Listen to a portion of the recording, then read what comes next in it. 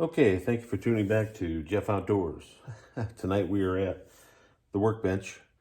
Um, I guess a couple of things in this video.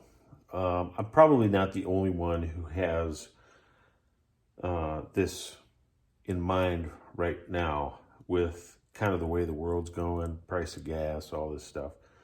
You're probably out there watching some videos like that. You know, you come across prepping channels and what have you. So I'm not going to go full on into that kind of stuff, but I will mention to the fact that it would behoove you to be ready to be able to be self-sufficient to the best of your ability.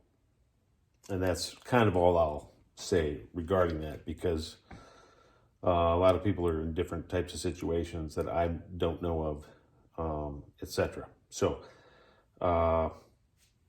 just to put a bug in your ear on that.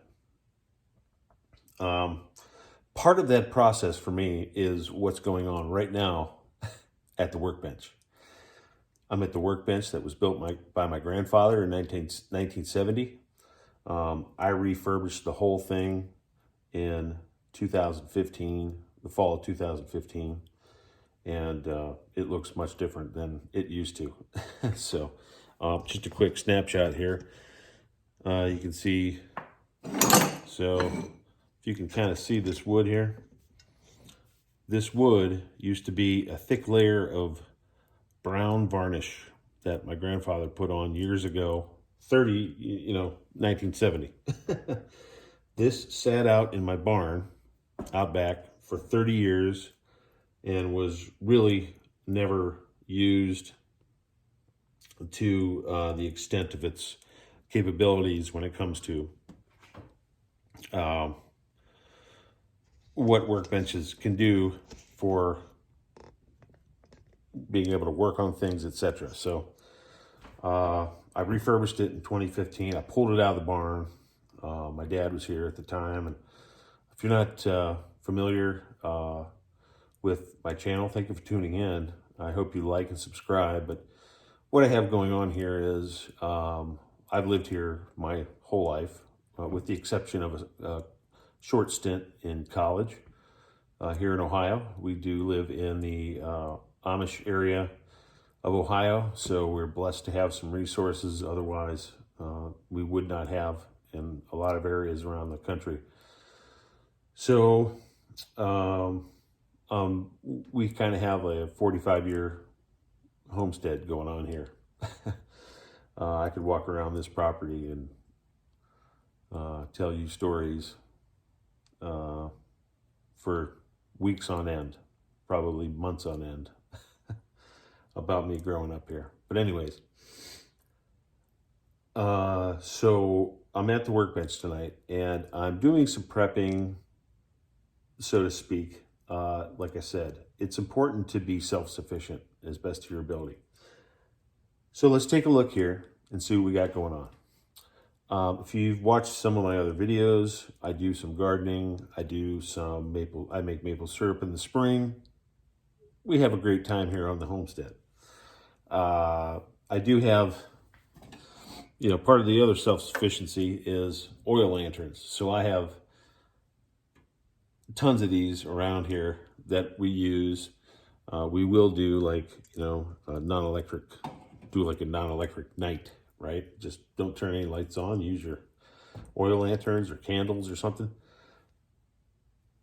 It's a different way to go. It's very peaceful. Okay, so being self-sufficient. Let's take a look here. Back to the gardening stuff.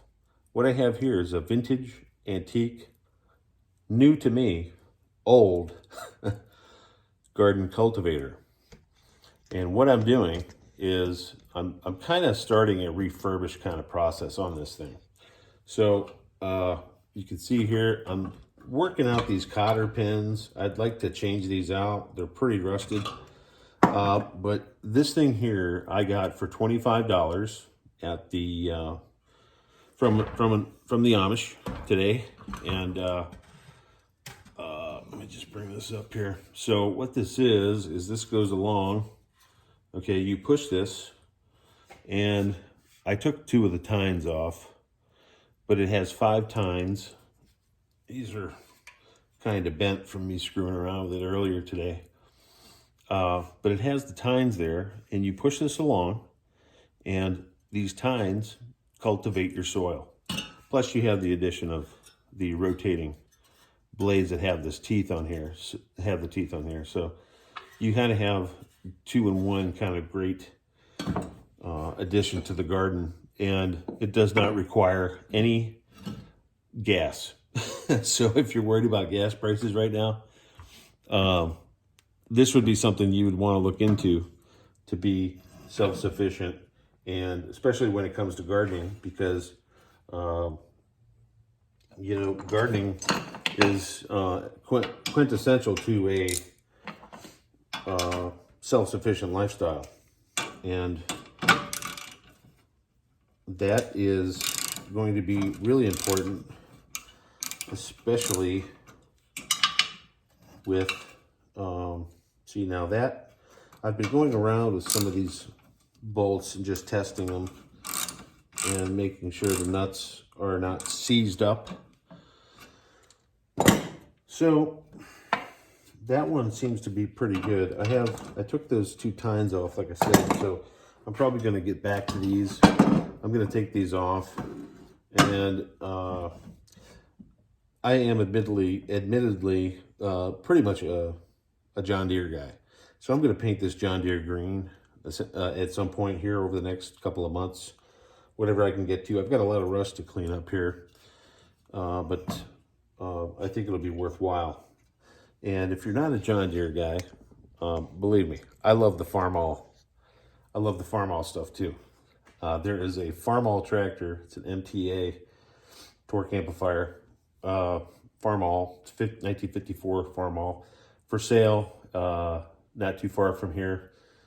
There's a guy that restores all the antique vintage tractors, and every time I drive by, it's like, wow, that's pretty good stuff. But I've got my John Deere mower over here, and the hay, we used, you know, spending a day baling hay out in the fields or whatever, back in high school and stuff, you know, it was always the big John Deere equipment. And it's just, you know, there's something about John Deere and farming, which, funny enough, I was in Middlebury, Vermont last August, and stayed in Middlebury at the old Stratford Inn, the Waybury Inn in East Middlebury, which was the inn that was used in the show Newhart. So we stayed there a night, but I had found out that John Deere was actually from Middlebury, Vermont. And I found this on the way home from Vermont. And then actually, when I got home from Middlebury, Vermont, I ended up buying a John Deere. So this mower is new. It was just kind of a neat little